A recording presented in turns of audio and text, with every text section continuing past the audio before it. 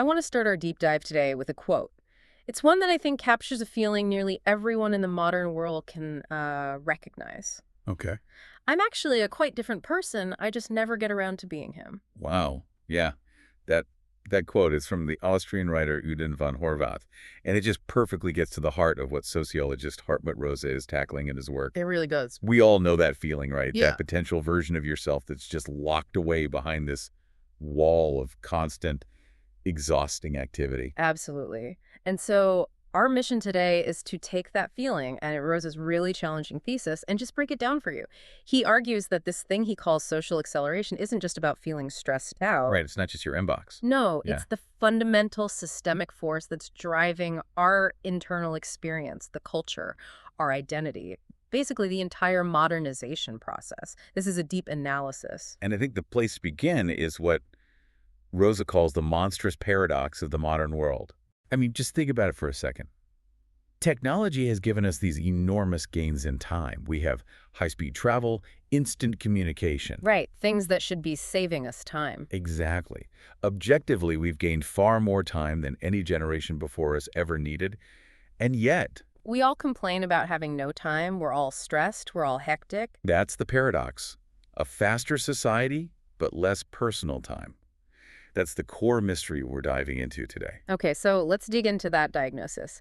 To really understand how society is speeding up while we all feel, stuck, Rosa defines social acceleration in three distinct dimensions. Yes, and you really have to separate them to see the whole picture. The first one, and it's probably the most straightforward, is technical acceleration. This is the obvious stuff. It is. It's the escalation of the speed of action in areas like transportation, communication, and production. It's the physical and digital world literally moving faster. And the economic side of that is just, it's breathtaking. You look at something like high-frequency stock trading. Oh. Since electronic exchanges took over, shaving off milliseconds in transaction speed can mean tens of billions in profit. It's profit being translated directly into pure velocity. You literally lose money if you pause for a second. Exactly. And historically, we see the same thing with, say, the railroad. Rosa points out that when railroads were fully integrated, they effectively shrunk Europe down to about the size of Germany. Just because the time to get across it was so much shorter. Fundamentally shorter. And here's the critical point for you, the listener.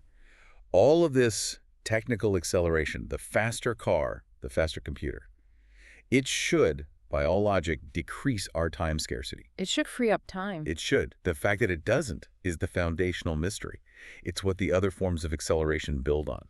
So if technical speed is step one, the second dimension is, well, it's a lot less tangible, the acceleration of social change. Right. This isn't about machines. This is about the increasing volatility of our social world. So what does that look like? Well, let's take a tangible example. Yes. Think about your great-grandparents. Their world, their jobs, their expectations about family or religion. It all still pretty stable their whole lives. Right. They could pass that down to the next generation. Precisely. The structures were functional for generations. But today, in what Rosa calls late modernity, we see fundamental social change in our jobs, our families, technology happening within a single generation. That's completely alien to our great-grandparents' world. It is. And this forces us into this constant cycle of having to revise who we are. Everything we rely on, our skills, our knowledge, our social role, it has an increasingly short shelf life. So you're always having to adapt. Always. And that creates what he calls the contraction of the present.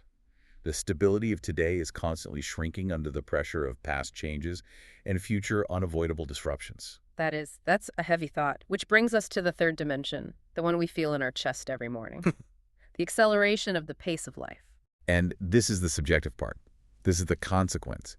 It's that feeling, the heightening of the number of action episodes or experiences we try to cram into a unit of time. It's why I feel like I need to be doing three things at once. It is. It's the desperate feeling of lacking time and the compulsion to condense activity. We see this everywhere.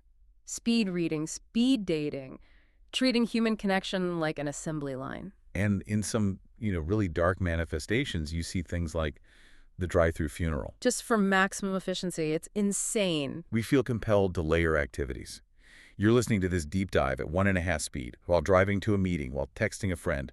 All three things in one block of time. Maximizing output per second. Exactly. So now we have to ask the big question, why? Why is the system demanding this from us? We can't just blame faster computers. No. Rosa identifies three external motors, or drivers, that keep this acceleration circle spinning on its own. Okay, so what's the first motor? The first, and most obvious one, is the economic motor, Go. capitalism. For capitalism, acceleration isn't a choice. It's an inescapable compulsion. Because speed equals money. Any gain in time and production, communication, distribution, it instantly translates into more profit and a competitive advantage. If your competitor moves faster, they win, period. But wait, isn't that just, healthy competition, a drive for efficiency? Is he saying all efficiency is inherently bad? Not that efficiency itself is bad, but that the systemic imperative for acceleration becomes, well, totalitarian. Once competition demands a certain speed, that speed is the mandatory minimum for everyone. So you have no choice but to keep up. You have no choice. And it forces an escalation in how we consume things, too. Which means we're compelled to use our free time more efficiently. Yes. And historically, we had the perfect cultural mindset for this.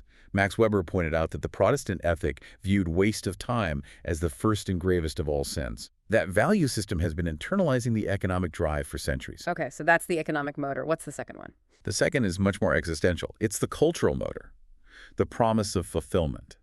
This is where the theory gets really deep. Go on. Rosa argues that acceleration is the modern secular answer to the problem of death. The problem of death. How does going fast solve mortality? Well, think about it. In a pre-modern religious world, you had the promise of eternal life. Death was just a transition. With secularization, that guarantee fades. So the goal has to change. The goal shifts. Since we can't get eternal life, the new goal becomes achieving a full life in the limited time we have. So instead of living forever, we try to cram everything into our finite time here. Precisely. The goal is to cram as many experiences, possibilities, and accomplishments into our short lifetime as possible. It's that drive for self-maximization, the need to check every box the world offers. But that seems like a healthy ambition on the surface, doesn't it? To live fully. It does, but Rosa frames it as a compulsory burden, because the promise is an unachievable fantasy. Because the very things that drive acceleration technology, the economy, they generate new experiences and possibilities faster than anyone could ever realize them. The faster you run. The longer the list of things you could be doing gets. Exactly. You can never achieve the full life because the goalpost is constantly moving away from you. It's like running to catch a bus that just speeds up the closer you get. That's a powerful way to put it. And the final motor, the sociostructural one, brings us back to complexity. Yes. This motor is the increasing complexity of a society that's split into different functions. You have the economic system, the educational system, the political system, the family. And all these systems are incredibly demanding. They're greedy. Think about your phone. Every app, every platform is its own system screaming for your attention and time. Right. If you are a father, a teacher, and a volunteer, all three of those social systems see the time you spend on the others as lost time. They all demand real-time performance, creating this constant compulsion to just act, just to keep up. Let's shift gears a bit and talk about what all this pressure does to our sense of self, to our memories. It feels like the high speed of life has changed what we even hold on to. It's led to a profound loss of experience versus merely having lived events. And that is a crucial distinction. Okay, what's the difference? Genuine experience, what the Germans call Erfahrung, requires you to embed those lived events, or Erlebnis, into a coherent story, a biography. It's the narrative of how you became who you are. And late modernity doesn't really allow for that kind of storytelling. No. It's characterized by what Rosa calls the short pattern. High stimulus, decontextualized short events. Think fast media, gaming, quick meetings. Right. The time perception during those things it's frantic, it's stressful. It is. And then what happens in retrospect? You barely remember it. The event just shrinks in your memory because you move on to the next stimulus so quickly, you never link it to a lasting narrative. Time literally slips through your fingers. So we become rich in lived events, we have a huge to-do list we checked off, but poor in meaningful experience. Exactly. The events aren't linked to a stable identity. That idea of a time-juggling player really hits home. I think most people feel like they have 3 different personalities they have to deploy every day. And that reflects this huge shift in identity structure. Classical modernity, it emphasized a stable personal identity. You had a long-term life plan. Which is impossible now. That kind of stable identity just can't withstand the pace of change we now face. We have to be flexible. So late modernity favors what you called the time-juggling player with a situational identity. Yes, an identity that's defined by flexibility, by being ready to change roles instantly. The self becomes the manager of all these different roles, not the stable thing behind them. But the cost of that flexibility is losing a sense of direction. If you're always optimizing for the present moment, the long-term meaning just vanishes. And the bleak conclusion Rosa draws from this is that our life story loses its trajectory. Life doesn't head anywhere. In the end, it goes nowhere. Very fast. And this brings us to the ultimate synthesis of the whole theory, the frenetic standstill. Mm. Or in German, rasender Stillstand. A frenetic standstill. This is the moment where two things that seem like total opposites, total social dynamization and societal rigidity, are shown to be two sides of the same coin. How can the world be speeding up at light speed, but nothing fundamental is changing? Well, look at politics. Democratic processes, like making laws, are inherently slow. They require more time for debate and consensus if you want high-quality decisions. Sure. But that necessary slowness means the political system is constantly outmatched by the lightning-fast economy and technology. So the law is always playing catch-up. Exactly. Think about the legal and ethical debates around AI or stem cell research or internet law. The science and business move at light speed, but the legislature is running frantically behind them. So politics becomes purely reactive, situational. It abandons any real claim to shape history. And the endless rush of events just provides cover for a standstill in our deep social structures and ideas. The high speed actually maintains the status quo. And what's the cultural symptom of all this? The cultural symptom is telling. Rosa identifies clinical depression as the pathology of late modernity Why depression? because it embodies the frenetic standstill in a pure internal form. It's a psychic reaction characterized by stagnant time, a feeling of futurelessness. It confirms the individual's lack of meaningful development beneath all the surface chaos. And the most perfect, almost satirical metaphor for this entire condition has to be the incredible popularity of the treadmill. The treadmill is the ultimate staging of mobility without advance.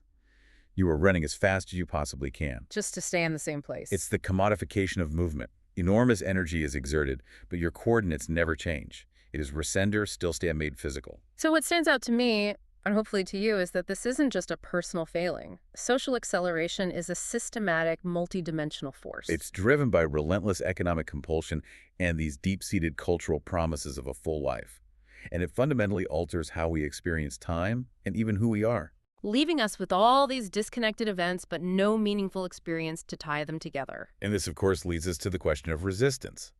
The call for deceleration, for an intentional slowdown, it's always there. A digital detox weekend, a phone-free vacation. Exactly. These islands of deceleration exist, but they're often an expensive time luxury, only accessible to people who can afford to fall behind for a bit. Which raises a final important question for you, the listener, to think about. If a CEO retreats to a monastery or takes a mandatory tech break, is that genuine resistance to acceleration? Or is that temporary break simply a calculated strategy, a necessary reset undertaken to increase one's capacity for innovation, to boost mental resilience? To ultimately serve the goal of further acceleration when they get back. We have to ask. Mm. Is genuine systemic slowness even possible anymore when high speeds and hyperflexibility are systematically favored and rewarded in every single sphere of modern life? Are we trapped in a cycle where even our attempts to slow down just end up fueling the machine?